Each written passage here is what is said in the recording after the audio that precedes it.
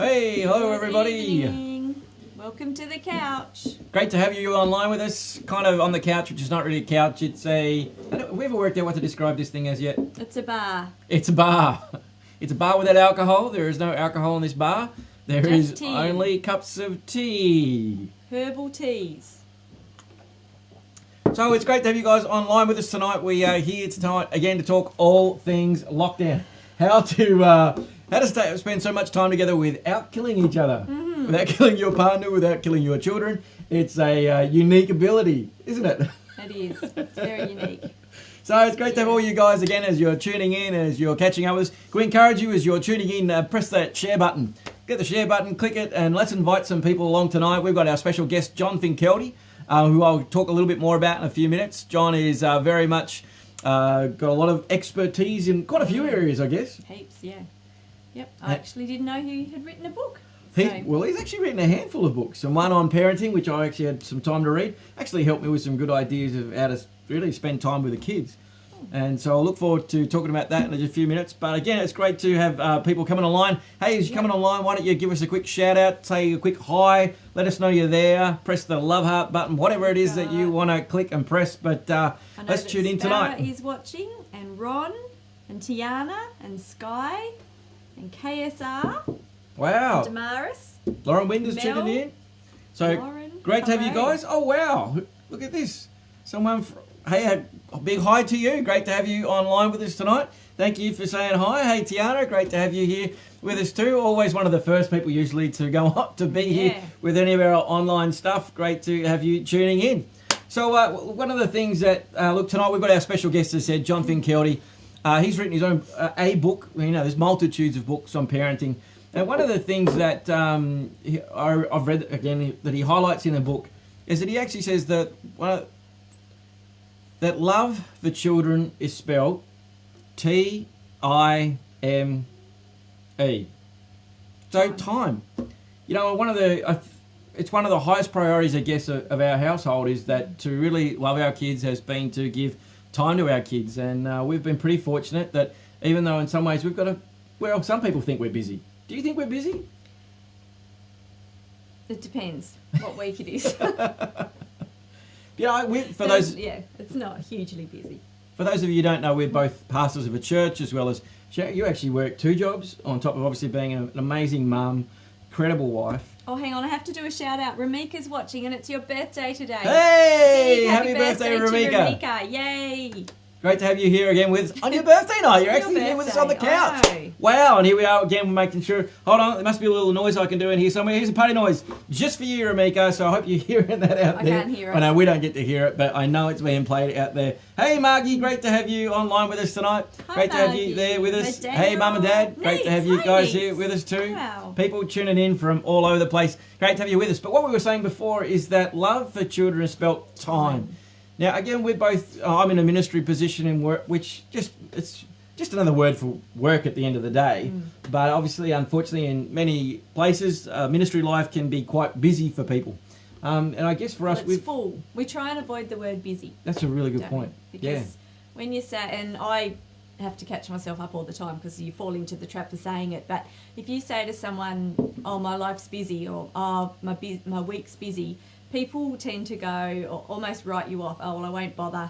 Because it's really good point. But if you say, oh, my week's full, our life is full, and it is, our life is full, our weeks are full. They certainly can be. We make time and space for things, and particularly over the years, we've definitely made time and space for our kids. Absolutely. I was very privileged that Brian and I decided that when we had kids that I would not work. I could be the stay-at-home mum. That was my dream job. All I wanted to do was get married, be a wife and a mum.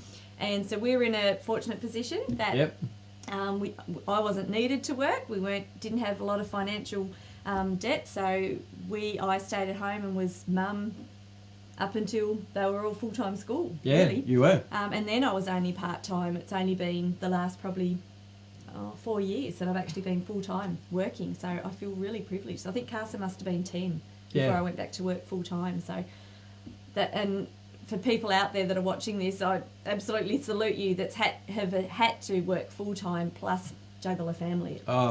We do indeed. We do salute you because appreciate for many that's a life choice, not necessarily, and more often not based out of need versus anything else. Because again, to live at certain levels, to do certain things, to put your kids, give them certain advantages, has meant that for many parents, you've chosen to do the full-time work on top of having kids. And we must admit, we count ourselves very privileged in the lifestyle that we've been able to lead, I guess, with the opportunity for you, even though it's obviously meant some sacrifices. For you to be able to be a full-time mum for as long as we could. But I guess for us, we've been significant believers in that idea that love is spelled time, T-I-M-E. Now, I know there's a theory out there that talks about quality time being the greater weight than quantity time. I'm not so sure I'm a believer in that. Again, listening to I can't remember his name, the guy came to a Presence Conference a couple of years ago from the Church of the Highlands. Chris Hodges. Now, this is a guy who's leading a massive church, who's got a fairly big family too. I think at least the same amount of kids as us. Yeah, 4, maybe 5. Yeah, maybe 4 or 5 kids. And I'll never forget him having I can't remember what was the trigger for him, but he talked specifically too about that in the sense that he is a great believer in quantity time as much as quality time with kids, because again, it's one of the ways that we can love on our kids. Really interesting scenario right now, because so many people, you've got time forced upon you. You've actually been forced into situations where you have to be with your kids. Now, we'd sit here and go, that's a great thing. I've loved it. I'm actually feeling really sad that Abby went back to school today. Carson he's slowly going back over different days that I'm working, and it's sad. I feel a loss. Big shout out to all you parents today, actually, who've had your children go back to school. I know we've had a few people talk about the anxiety of their kids, let alone for them as parents, the grief for some as parents. Because it's mixed emotion. For some, it's like, oh my goodness, I'll get to breathe. Others, it's been a real stress for you having to homeschool your kids and work from home. For others, it's been a real delight. You've had more time with your kids than ever before. So it's a mix of all these. Yep. Yeah.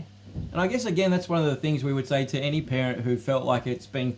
the idea of more time with your kids is frustrating, because I guess some of it we would want to. It's one of the reasons why we do what we're doing here right now. Parenting is not this thing you just do along the way. Parenting is something that's intentional. You can learn things. There are things that you learn about being a parent that can really help you over and over again about living a healthy family life. Part of our heart, part of our vision is to build healthy, growing families. Yeah. Yeah. True. Sorry, I got distracted. Who's coming online, honey? Anna Giles. Hey, from C3 Cairns. She's Great asking, to see you guys. Did we send the Tassie weather up to Cairns? What, has it been sunny and warm up there, Anna? Because it's been lovely blue skies, sunny here, but, minus 5 degrees or something. Yeah, what was it? Too hot or something up there? Are you guys struggling with how warm it is? You're looking for that more cooler, touching fresh that we have down here. We love our cooling, touching fresh down here. It's fresh is a very real word right now, isn't it? It's very fresh. So much fresh that Brian goes for a walk every morning, pretty much without fail, does his prayer walk. And he took 5 steps out of the front door this morning and came running back in and went, that is just way too cold. And I looked up the weather and it said 4.6 feels like 0.3. Ooh, and it was. In fact, one stage I think it actually said feels like negative 1.9. Yeah. And I just stepped out the door and just went, I'm going to go down to the building. I'm going to get some more space to actually pray so I can still be in the sun. Hey, thanks, Mika, for your comment just down here before. It's been a bit hard, obviously, because things are different now. You, as a parent, you're not actually to go into the classroom. You literally have to now drop your kids off at the door, let them go. So it really is I guess, again, another new stage that we're all kind of working with. So I guess in line with something we talked about last week, there is a lot of things, unfortunately, right now that you can't control. But what you can control, again, is yourself, the thing that you have the capacity over to. And so therefore, again, particularly, again, with this scenario of in front of our kids and being with our kids, how we find a way to let them know that, look, regardless of what's going on, regardless of what's happening, mum, dad, whichever the scenario is, we're here. We're here with you. We're here for you. We'll be here when you come back out of school. That's right. We're dependable. You be pretty much that first face that's there if you can. Oh, absolutely, if you can. I just could not wait, and that was one of the benefits I loved about not working. Is that because I knew if my child did have a bad day at school, which was very, very rare, I was that first person that they could go to download and go with. But again, understand that's not everyone's can do that. But pray with your kids before. Absolutely. We grabbed Abby as she was running up the door this morning and was like, we've got to pray with you, and pray with your kids that they just know that their God is good. If you are a believer and a Christian, that, you know, we're fortunate. We have this God that we can pray and know that he goes with us. So absolutely. Instill that in your kids, that they're not doing this alone, that God is with them, he walks with them. Look, and again, I guess this is another one of those things that gets communicated with time. You know, when you can be a parent who's consistent, again, it's one of the things we've talked about with boundaries, all those sort of things. When you can be consistent, I guess in some ways you show God is consistent. Because, again, so many kids get their image of what God is like from parents in so many ways. And I'll, again, come back to that idea that love is spelt time. Find a way. And so if you're someone here today who the idea of more time with your kids is a real issue and a real hassle, and you'd really love some help or just someone else to talk to, please feel free to reach out to us here at C3 Church or to Sharon or myself via our inbox. We'd love to chat with you, love to help you in however way that we can. We realise every situation's unique. You know, I don't think we could ever say every situation's the same. There are guiding principles, there's no doubts about it, but not every situation is the same. And so if there's any way that, again, that we could help you one-on-one, help you personally, please make a point of reaching out to us via inbox. Again, you can find us, we're pretty easy to find, get a hold of. You can get hold of us through C3 Church, just a multitude of ways. Sharon's very great on Facebook, she's always present. You'll always find a way to connect with her via that. Just look Sharon Weber up on Facebook, you'll find her. Certainly find lots about our family out on Facebook, eh? Yeah, although not of late. Oh, I must admit, it's been a little bit quieter as of late.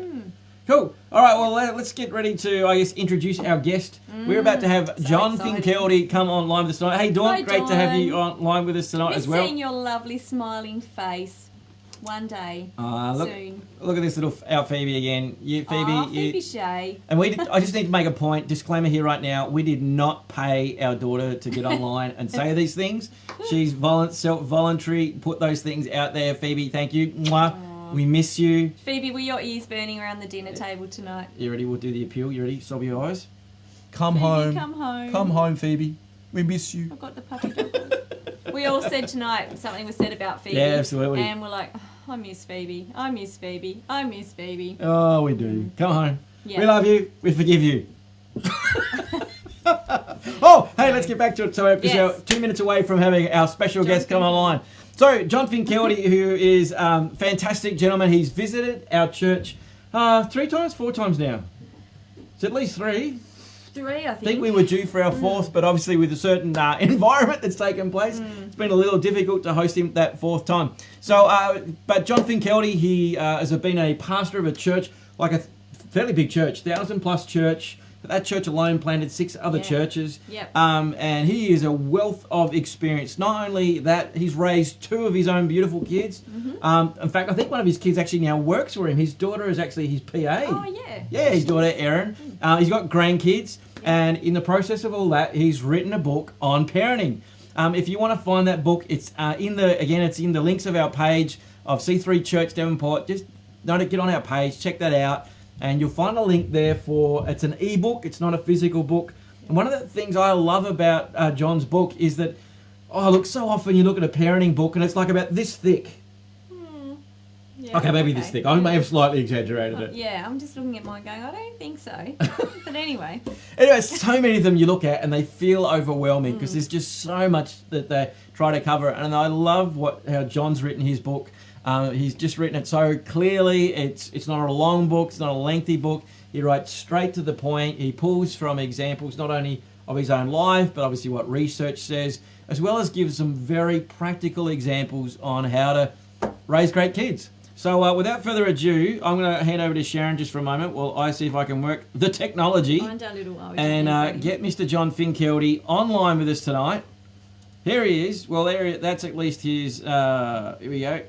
So I'll see if I can make this work. Honey, if you can keep them entertained. I have to admit I haven't actually read John's book yet, but I am going to read it. This will be my week's homework. But maybe you've read a parenting book that's really stood out for you, and write in the comments. Like, we all need... I still regularly look for parenting books and devotions and things because we never stop learning. And obviously we're at the stage we're growing adult kids now. So I'm like, help, I've never been here before.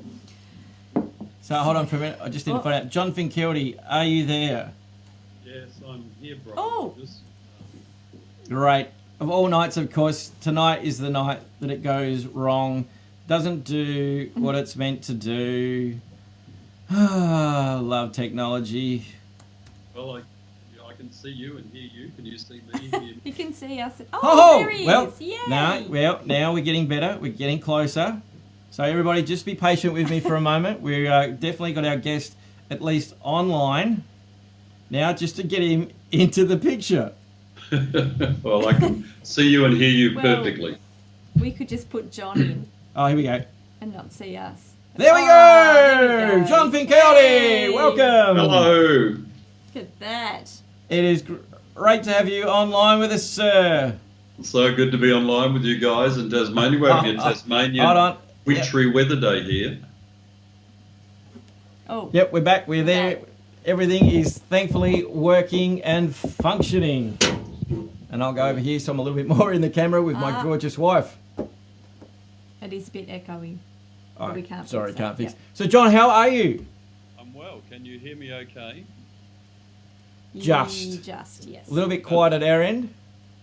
Okay. I'm not sure what it's like online. Let me just see. Yeah, that's.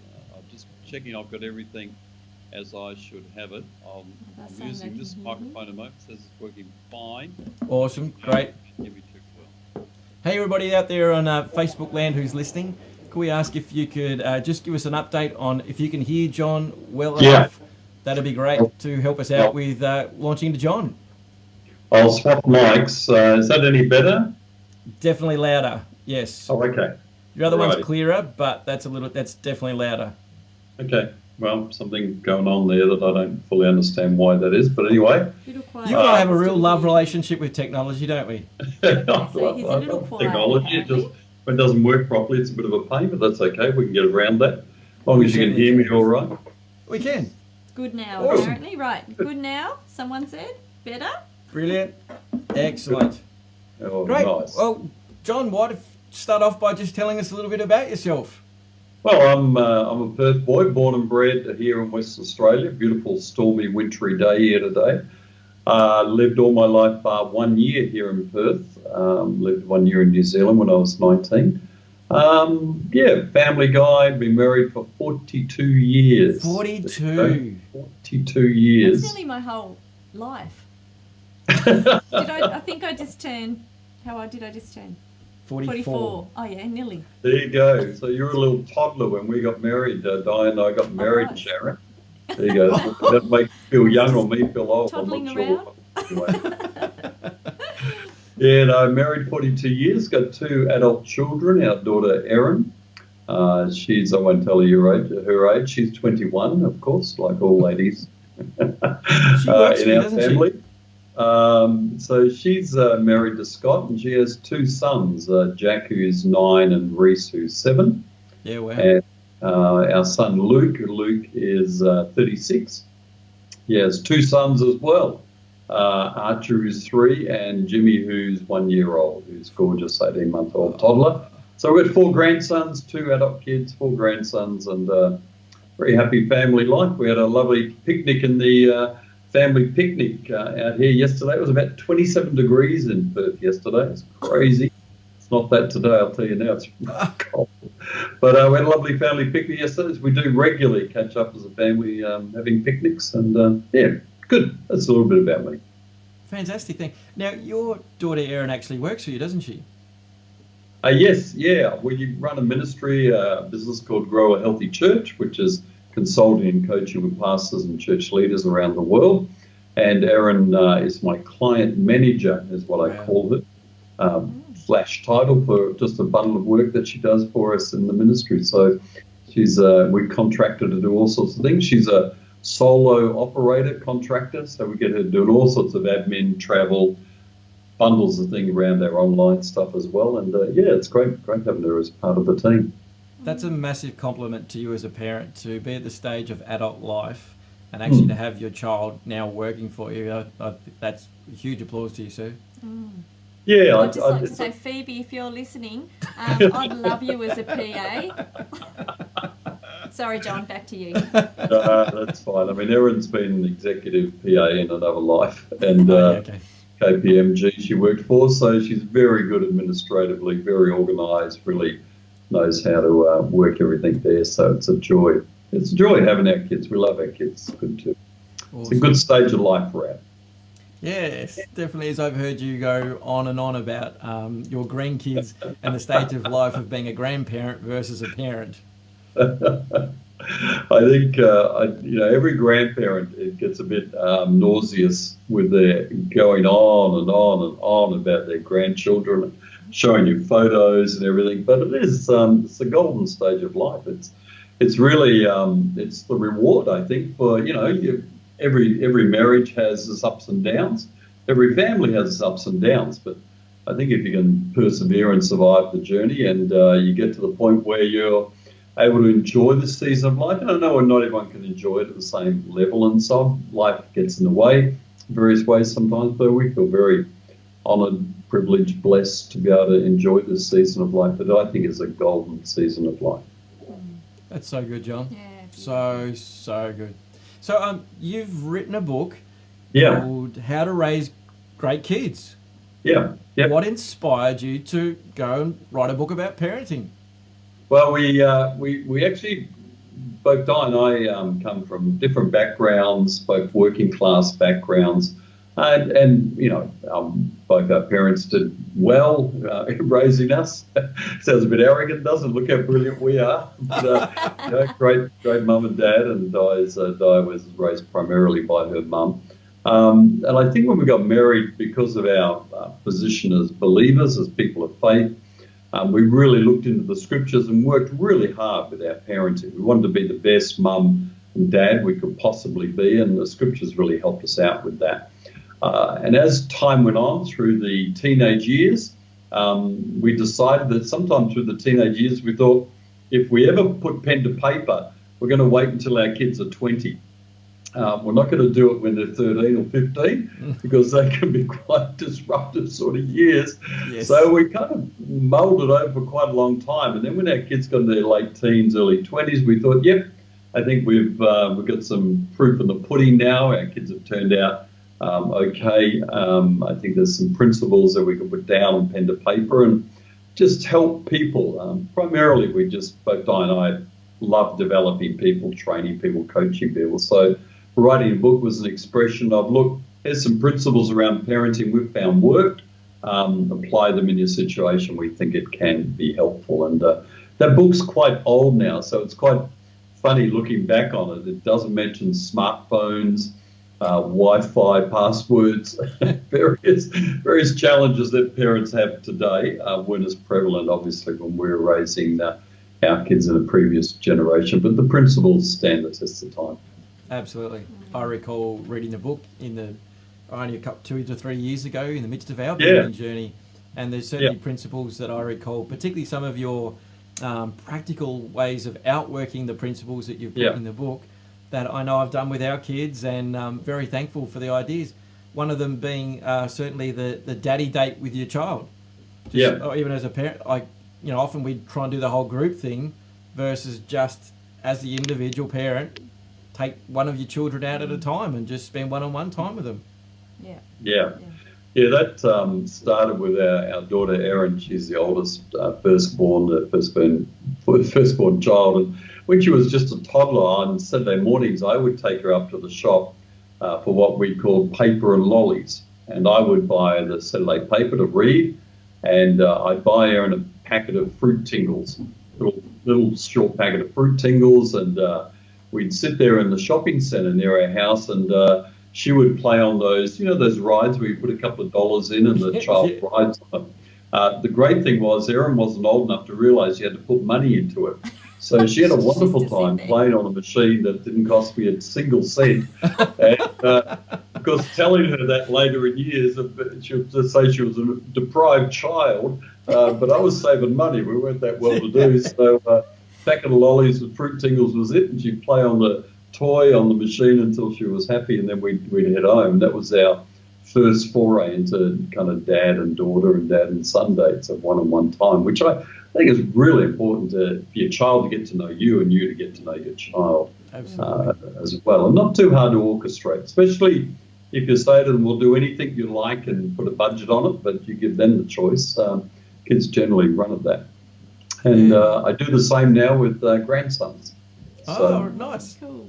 Yeah, it's kind of fun hanging out with them, especially the older grandsons. You can spend 3 or 4 or 5 hours with each one of them with no problem at all, doing exactly whatever they want to do. Wow. I recently did that a few months ago with my oldest grandson, Jack, and we went out for 4 or 5 hours just playing sport, getting an ice cream, doing different things. And he said to me, I like hanging out with you, Granddad. And I said, oh, why, Jack? He's 9. He said, well, 1, we always have fun, and 2, you spoil me. Oh. So I thought, oh, there you go. You won't mind hanging out with Granddad if that's always the case. Very good. So, John, one of the things we wanted to ask you tonight, in line obviously with having written a book, what would be your top 3 tips for any parent, single or double match scenario, of how to raise great kids? Yeah, I think that's a great question, Brian, because it is kind of trying to find out what works. And both our kids, fortunately, have grown up to be good citizens and also are following the Lord. So it's kind of good to see some fruit out of the work. And I don't think you ever guaranteed, how you as a parent will work, how your child will turn out. I don't think there's any gilt-edged guarantees. I know Proverbs says, train up a child the way they should go, and when they're old, they won't depart from it. And I think that's a general modicum for life, but I don't think it's a rock-solid guarantee. Hey, do all these things, everything will turn out right. But I think as a dad and Di as a mum, we wanted to make sure we did everything we could to position our kids for the best future possible, and it's worked out okay. One tip I would give is what Di and I call the funnel principle. And to raise your child with the funnel principle. And this is the funnel principle. I think maybe James Dobson originally came up with this thought. But the thought is that when you have the funnel upside down, the neck of the funnel is very narrow. And when your child is young, it's very important to keep the boundaries on your child very narrow, to be the boss. And I say in the book to be the benevolent ruler, the benevolent dictator, the benevolent king and queen of the house. Don't let your child be the king and queen of your house. You're the parent. You keep the boundaries tight and keep it close. Then as they grow up, the funnel tends to broaden out. And when they get to the 6 to 12-year-old stage, I call it the trainer stage, where you're alongside them and you're training them and teaching them and downloading with them. One of the things we used to do in our kids' lives is whenever they'd hop in our car, they'd turn the radio on and have the music going. This is before phones and earplugs. And they'd get in, they'd switch the channel, put the music on, and I would just lean over and say, my car, my rules, and I'd turn the radio off. And they go, oh, Dad, you're ruining my life again. Well, whatever, my car, my rules. I'm driving, you're the passenger, you sit. And I would use that time with the radio off just to talk to them. Now, when you get into that teenage stage, which I call the coach stage, where you really do have to start letting them go and the funnel kind of widens out, you start to let them go out further and further. I'd take opportunities in the car like that to do some coaching. I'd talk to them about an aspect of attitude or a skill or something. And sometimes when they're teenagers, they'll give you the blank face and the, oh, I don't care, whatever sort of stuff. I would just ignore that and thought, well, you're in my car, you're captive. Yeah. I'm your Uber driver. Not that Uber existed back then. But I would just download knowing that it was going in. Would it land? I don't know. But it was better than just listening to music in the radio. So it's seeing that funnel of benevolent ruler, trainer, coach, and then 18, 19-year-old plus, you get into the glorious stage where they become your friend. Oh, yeah. Now, what parents do wrong, and this is one of the reasons we wrote the book, is because we saw parents flipping the funnel. and they try to treat their 3-year-old as a friend. I remember once being at an airport, and this little 2-3-year-old was wandering around and flicking all the power, all the plug-in electric sockets, and just flicking them on and off, and just wandering around. And the child's mother was trying to negotiate with them to stop them doing it.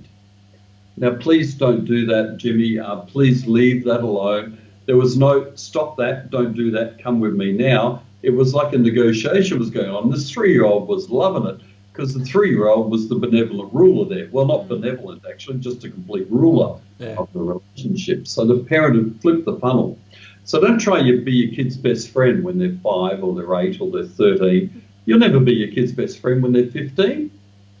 You're putting boundaries on they don't want. You're kind of dictating to them things about screen time or where they can go, what time they need to be home, and various rules and regulations that, of course, they'll tell you very often. Do teenagers still say it today? You've ruined my life. Thankfully, we haven't had them say that for a long time. Thank God. There you go. Well done. I really love the point you've actually made in the book about this, John, about at the end of the day, be the parent. Yeah. Because if your children can't respond to you as an authority figure, they won't respond appropriately to other authority figures. So right even at this stage of you being an authority figure in your life, you're training them so that they're going to know how to respond to the teacher, the police officer, the whoever it is, not just because of how you talk about that other group of people, but actually how you discipline your child and you be the authority. Yeah, so true. And I think that if you get that around the wrong way, it does damage the relationship. And also I think if you've made those mistakes with your child and been way too kind of compromising and kind of letting them get away with things when they're younger, it really is then a delicate walk of wisdom that when they're hitting their preteens and their teen years, to actually kind of bring some boundaries in without squashing the relationship. So it's best, if you've got little kids, start young, be the ruler, be the benevolent dictator in your house. And it's a wonderful season of life now with our kids are our friends. I remember when Luke turned 18, 19, he wrote me a letter. He was going back to Sydney to college, wrote me a letter, and beautiful letter. I've still got it today. And part of the letter, he said, "Dad, you're my best friend." And that's just a remarkable thing for a kid to say. Brian. It's just a wonderful thing. I mean, also, once your kids get married, that shifts and changes. The friendship changes as well. You don't become, and once they have children, you're not central anymore to their world. Their spouse and their children are central, and that's how it should be. But that friendship that you develop, now their kids in their 30s, I can see that friendship continuing to grow and grow until the day they bury me. We'll be friends. John, you being a pastor, I'm sure this is a question that you've had many times, so I'll put it to you in this moment because I know, again, some of the people we've got listening. How does a single parent carry that out when they've got one set of rules in another house, another set of rules when they come home? How do they still be the benevolent leader, however you want to be dictator, in a way that they're still going to get that appropriate authority without feeling like they're becoming the bad person versus the other parent? Yeah, look, I think it comes down to a number of things. And look, I'm probably not the best person to advise single parents because I've never been a single parent. I've never sat in that seat. I've never walked in those shoes. So I'll put that little caveat on what I'm about to share. It doesn't come from experience, but more from what I've seen solo parents in our church do. One is I think you have to decide what's your value system. How are you going to raise your children? What is the way you look at parenting as mum or a dad? What are the primary principles you want to operate? And for our kids, it was about obedience and respect and love. They were the three key things in raising our children. We wanted to raise them with unconditional love.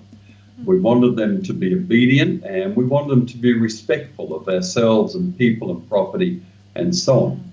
So I think work out your values that you want to raise your child with, and then repeat, communicate, correct, and train those values every opportunity you can with your child. Now, when your child goes to the other household and there's a different set of values, then probably their needs when the kid comes back into your environment, the first 24 hours is probably going to be a retraining process of saying, hey, here's our 3 values, or here's our values in our household.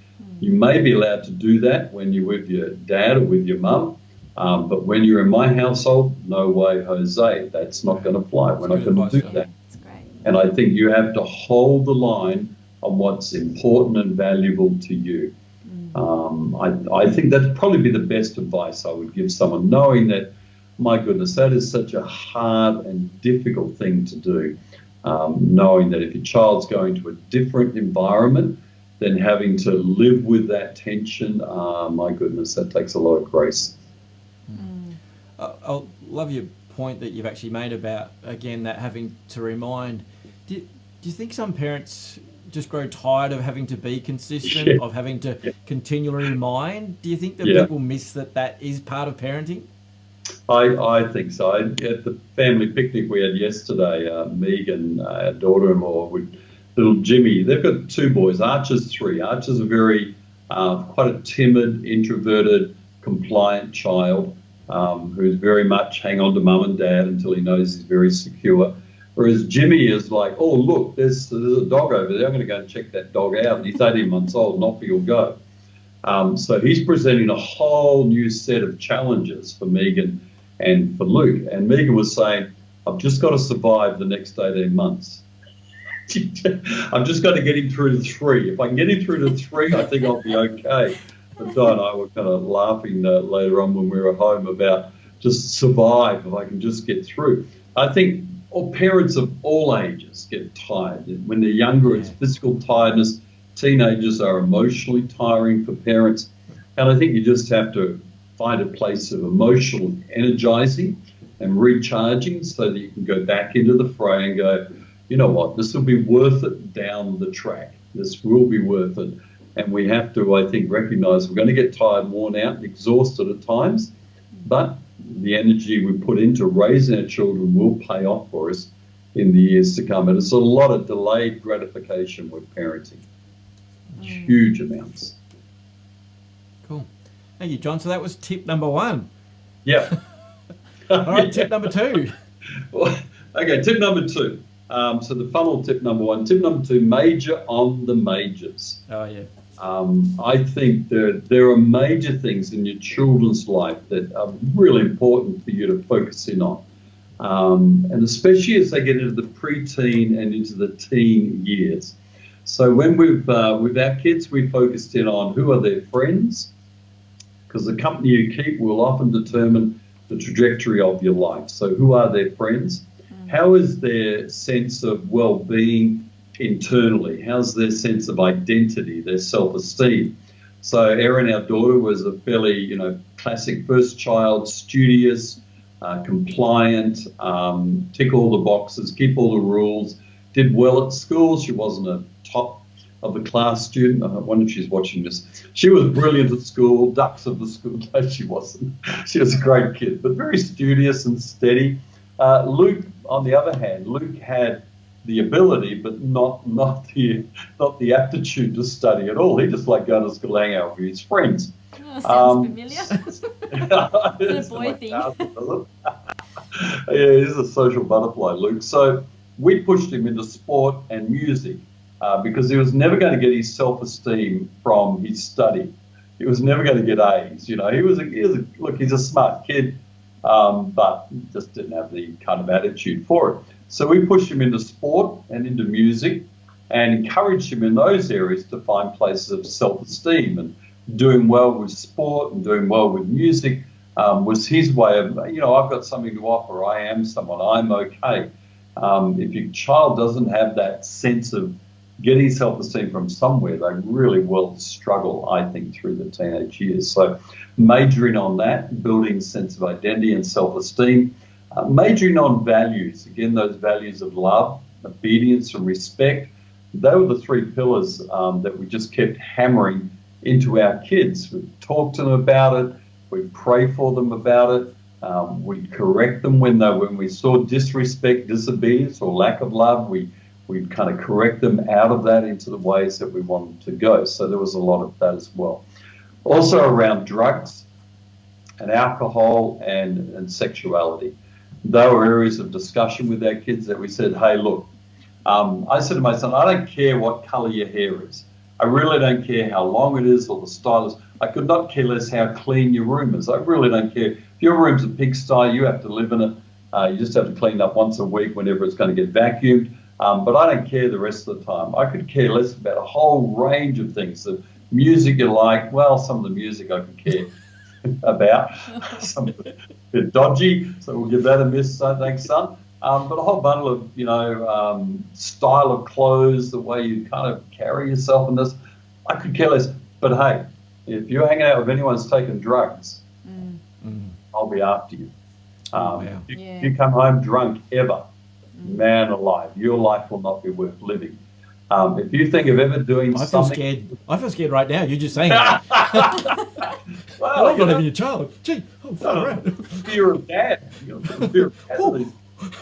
Morality, how to treat a young lady. If you're going to have a girlfriend, this is how you're going to treat her. You're not going to do dodgy stuff or get involved.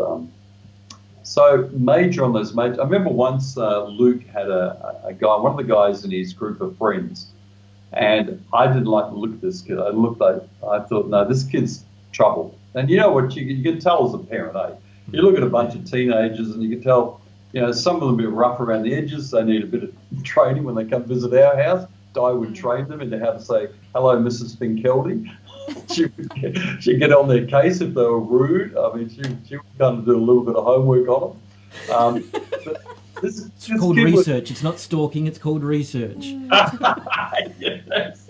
We got Facebook today, man. You got also on TikTok. You got some dodgy ways to not all dodgy, but all the ways to catch up. Brett Holder, you're scaring Brad Holder. Just said. That's it. So we make sure our kids brought their friends home, so we could kind of check them out. Yeah. This one kid, I thought, no, he's trouble. He's a bit of a leader and he's a larrikin, but more than a larrikin, I felt like no trouble here. So I sat Luke down and said, son, here's this guy here. If you spend too much time with him, this is where his life's going to go, and your life will go down that track. You don't have to go down the track, but here you got other friends. Their life's going to go this way. So you need to make some good choices around here. I'm not telling you what to do, but I clearly outlined two pathways in front of him. It made it very clear that he needed to spend less time with this kid. And if this kid drifted away from his group of friends, I'd be very happy. And he listened. Luke was good at listening, actually. He would take it on board. And it was pretty, it's a pretty informal chat. You don't sit down and kind of lay out the law of the land when they're 14, 15. You really have to win them and advise them, I think, in a lot of ways, because you're coaching them through that period of life. So parents major on the major stuff. Yeah. John, that last point you've made about addressing something that can be quite sensitive for a child about my friendship group, who I'm hanging out with, who I'm thinking is a good friend. How did you get to a point of influence with your child's life? Or how do you even go about having that conversation? How do you frame it? How do you position it so your child will hear about something that is so sensitive to them? Yeah. I guess it's when they're 14, 15, in our case, you're building on 14 or 15 years of love into this child's heart. So they already know that you love them, you respect them, that you have certain standards, but you also give them liberty, you trust them to a degree, you don't trust them totally. If kids ever say, do you trust me? So of course I don't. You're a teenager. Why would I trust you? I'm not going to trust you. You prove to me that you're worthy of trust through your teenage years, and when we get to 19 or 20, I'll probably be able to say I trust you, but no, you've got to earn that. So I think you're building on that's a long time, 14, 15 years of showing love and interest and going to their sports functions, really caring for them, having holidays together. You've got all the relational stuff, and you're not coming from a vacuum. So when I sit down and had that chat with Luke, it was a very informal, casual, hey, son, this is what I'm seeing. This is what I think you need to weigh up and consider. I'm not telling you you can't. I'm just saying have a look and check it out, and let's talk about this. So I think if you've already got that radio off communication going on in the car at various times, one of our big rules in our house was mealtime around a table and lots of talk. Back in the day, no mobile phones, so answer phone was on, pastor's phone, home phone could get rung at different times, so we had an answer phone on, TV off. Probably 4 or 5 nights a week, 1 or 2 nights a week, we'd sit and watch tally and have a meal on our laps on a Saturday night or Friday night, but generally 4 or 5 nights a week, probably 5 nights a week, it was around the meal table, and we'd talk and we'd chat about all sorts of things, and you did that through their primary school years and then into the teenage years. You've got a relational base you're working from, and if you flip the funnel, my goodness, to try and tighten it when they're 14, 15, when you've let them run riot for 10, 12 years, it's going to be very hard to turn that around. Not impossible, but it's going to take more grace, more work, more strength, more energy than if you put in the years. If you sow over the years, you will reap, I think, generally a good harvest. So good, John. Yeah, cool. Thank you. Awesome. Okay. Wow. I guess tip number 3 then, John. Tip number 3. This is probably a more spiritual one. Is that I think praying for your child. To actually take on a prayer burden for your child from when they're in the womb, and to do that. Now, our kids are in their 30s, so I've prayed for my children for 35 plus years. And I have them in my prayer journal. Every year I start a new prayer journal, sometimes electronic. This year it's in a little book that's sitting on my table over there next to my prayer chair over there. And the first names that go into my prayer journal every year is Diane, my wife, and then my children and their spouses, and of course now my grandsons. So I've been praying now for Jack, he's turning 10 in a few months, for 10 years for him.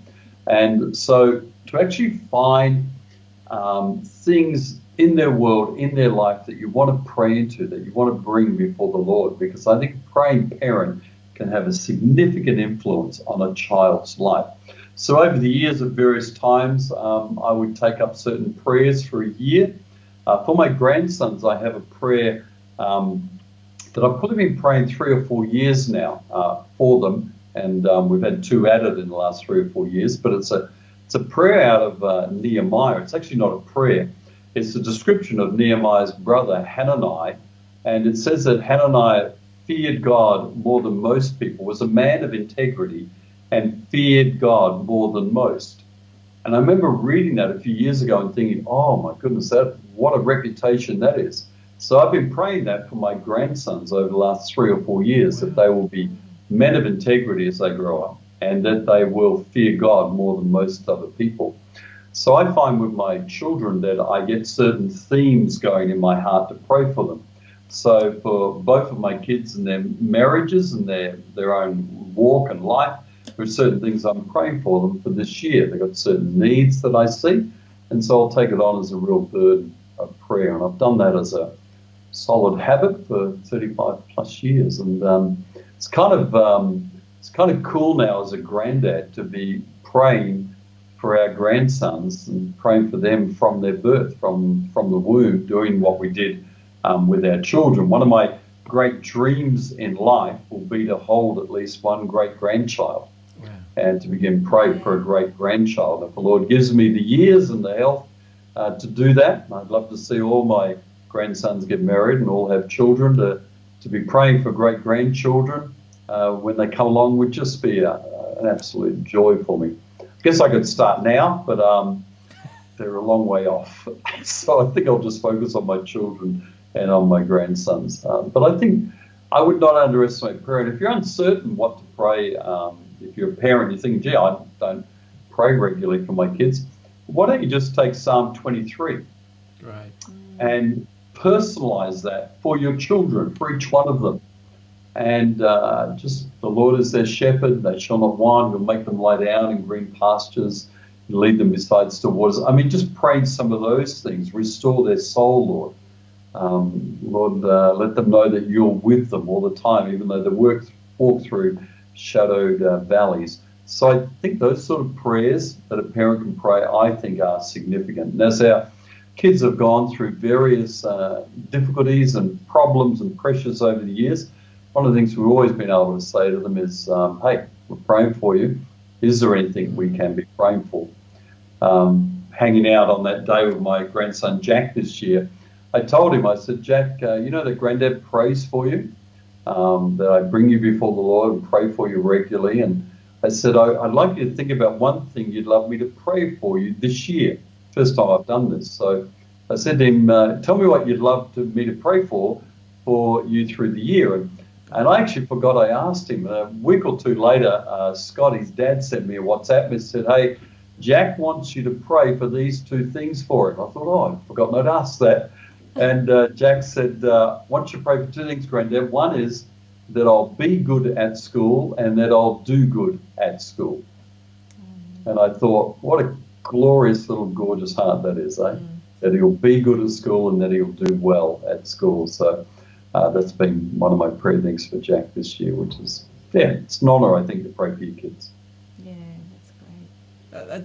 That's such obviously a great heritage to have in any household and any family. We talked a little bit last week, didn't we, about just even every night we would go in with our kids, pray with them, get them to even pray with us, just to build that spiritual habit, I guess, into them, particularly praying with other people. I often find that's a real struggle for people. So even getting your kids doing that at that young age, and particularly when you ask what do they want to pray for or who should we be praying for, that was just always a great way of getting the kids, I guess, interacting with that whole spirituality, spiritual life. Yeah, so very good. Yeah, it's awesome. It's awesome. It is. It's a privilege to be a parent, isn't it? To be a dad or a mum. It is an honour. Glorious. Sure is. Awesome, John. Thank you so much for being with us tonight. So good. Is there anything that you haven't said that you're going like, hey, before I go, I really should say that? You know, I do tell parents of teenagers this, that we experienced with both our children, and they both went through their dramas, you know, in their teenage years, various things, some we didn't know about, some we did know about. Discovered various things about Luke's pranks that he got up to as a teenager, later years as they rolled on, but that's okay. Is I do tell parents of teenagers, look, when they go through that sometimes turbulent years where they back off and they like to create who they are, their own persona, and they can separate a bit and get a bit hurtful, I said they will turn for home when they're about 19 or 20 or 21. There is this turning in their hearts when they get to the end of their teenage years, and you'll see it either late teens or early 20s, where there's just this turning towards home, where suddenly mum and dad, they want to be around a bit more, they want to lean towards you. And I tell you, as they've gotten into their 30s, that only accelerates. And we've seen it in our own children, as they've had children themselves, just a leaning towards mum and dad and wanting to connect. And so if you're going through some turbulent times, hang in there, be the adult in the house. Don't look, your house doesn't need another teenager if it's already got a couple. Be the adult, be the mature one, be the one who doesn't react when they throw their teenage tantrums, because it will turn down the track. Awesome. So good. Absolutely. For every parent out there, this can be the greatest privilege. It can also be the greatest heartache. Yeah. Again, we can't encourage you enough. Hold on, stay the journey, be connected to a healthy community. If you are new to us tonight, we would welcome you here at C3 Church Devonport. There's a community, a place where you can belong, you can be encouraged, you can pour your heart out, not be judged, but know that, you know, whatever we can do to help you in your journey, pray with you, love on you, hear your story, we're here.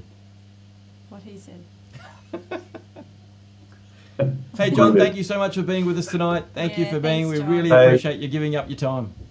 Brian and Sharon, you guys are great parents. I've been in your house multiple times and love your kids and your family. You guys are doing a brilliant job. So I think if you're a part of C3 Church Devonport, you've got a great model there of how to be a mum and dad, and it's great having those models around us. God bless you guys. Great to be with John. you. Thank you so much. Cool. See you later. Awesome. See if we can get this to work properly again. Hey, and there we are. We're back in the right screen, and we can take that out of our ear now. Brilliant. Wow. Thank you, everybody, for tuning in tonight. We hope that has been in some way, shape, or form helpful for you. That was awesome, wasn't it? Oh, yeah. Mind blown with just some of the stuff that was in there tonight. So again, thank you for tuning in. If there's anything in particular that's really helped you, we'd love it if you could let us know. Put it in the chat or inbox us later on to let us know what it is maybe you've got out of tonight that would help you specifically in your journey of parenting. And again, if you're in a situation where we could help you one-on-one, you would just really like to have a private chat, please feel free again to reach out to us here at C3 Church. So some homework. I think you should sit down with your partner, or if you're a single parent, and work out your values. What are your values around the home? I think that was great. I mean, we pretty much do that and have done that. Yep. And what was the other bit of homework? I think it was just working that values. Out. But even just that major on the majors, I think that was so good. We can get so caught up on, I don't like the clothes my teenager wears, and I hate that music they're listening to, or, thankfully I haven't actually said that yet, because my teenagers actually have cool taste at the moment. Carson's music, I'm a bit like, it's just that, I'm not good with that one. You're more gracious than I am with his music. I'm pretty cool with it, because I just go, it's not a major deal. He loves us. He wants to hang out with us. He loves Jesus. He loves coming to church. Like, I don't care if he's got crazy music theme. So I think that's absolute gold. So major on the majors. Don't pick fights over the tiny little things. It's not worth it. So major on the majors. Yep. Work out your what your values are of your family, and start teaching them. And I actually had this conversation with a mum the other week about work out what your values are.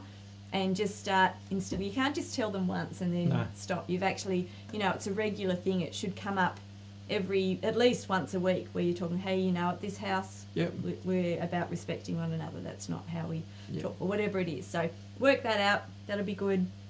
Major on, and pray for your child. Absolutely. Start, if you don't yet do that, start now. Praying for your kids. Yep. So good. One of the things I've loved about obviously doing the parenting journey with you is that we committed right along ago to be on the same page, and so mostly. But as far as we would work with each other in the we'd back each other up, we'd have each other's back in the moments where kids might have been out of line.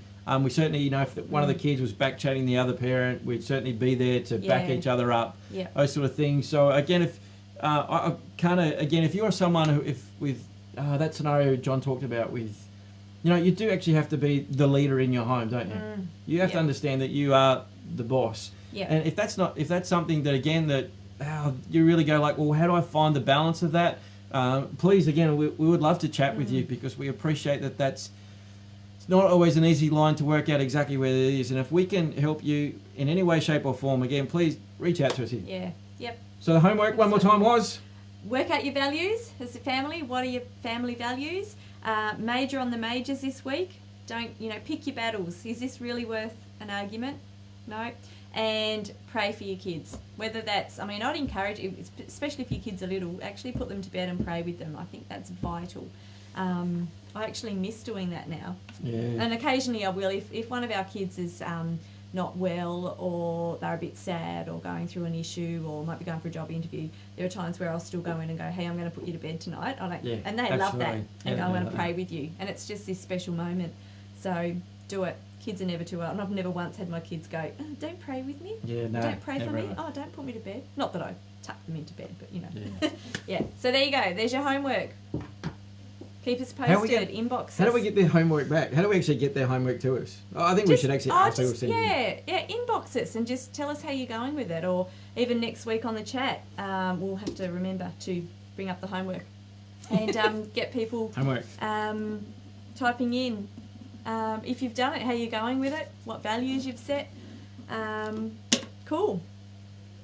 Brilliant. Clear as mud. Thank you, everybody, for tuning in with us tonight. It's been great to have you here with us. Have a great week and the rest of your Monday night. Excellent. Hey, and again, if you are new to us here tonight and you don't yet have a community, a healthy community, we call it church. If you don't yet have a church family that you feel like you can connect to and be part of, you are more than welcome here at C3, and we would love it again if We're online Sunday mornings, 10:15 a.m. We do a brief welcome, and then 10:30 our service starts. It's on YouTube. It's also on Facebook. Love to have you join with us. God bless you all. Thanks again for joining in tonight. Bye.